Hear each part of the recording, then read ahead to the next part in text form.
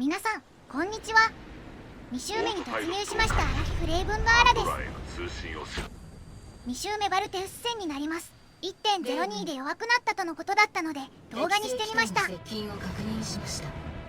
動画作っている間に 1.03 になっちゃいましたがね。あなたの脳波と同期し更新でサポートします。この頃のやって無感情な声ですよね。はい、では行ってみましょう。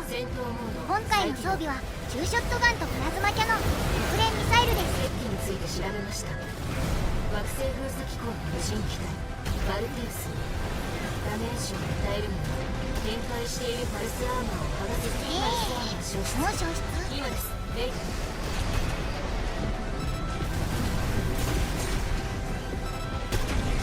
通信回線が一時的に切断しています。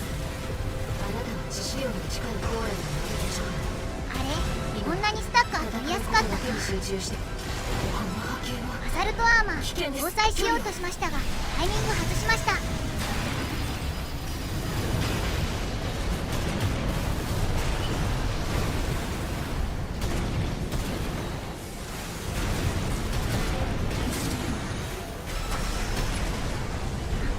キックするつもりが出し損ねましたね。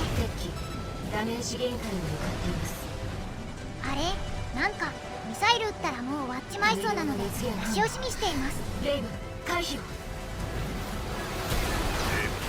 残り 50%。おお、キックで決めるぜ。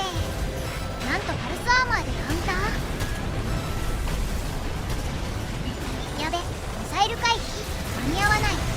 展開。うまい具合にミサイルもボスも爆散。半分以下になると火炎放射攻撃とグレネードとか持つと攻撃激しかった気がしますが全然使ってこないですね。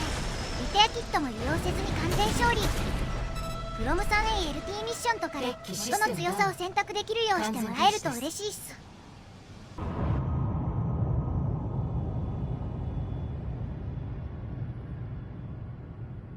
あなたが巻き込まれたコーラルの逆流、あれは予兆に過ぎません。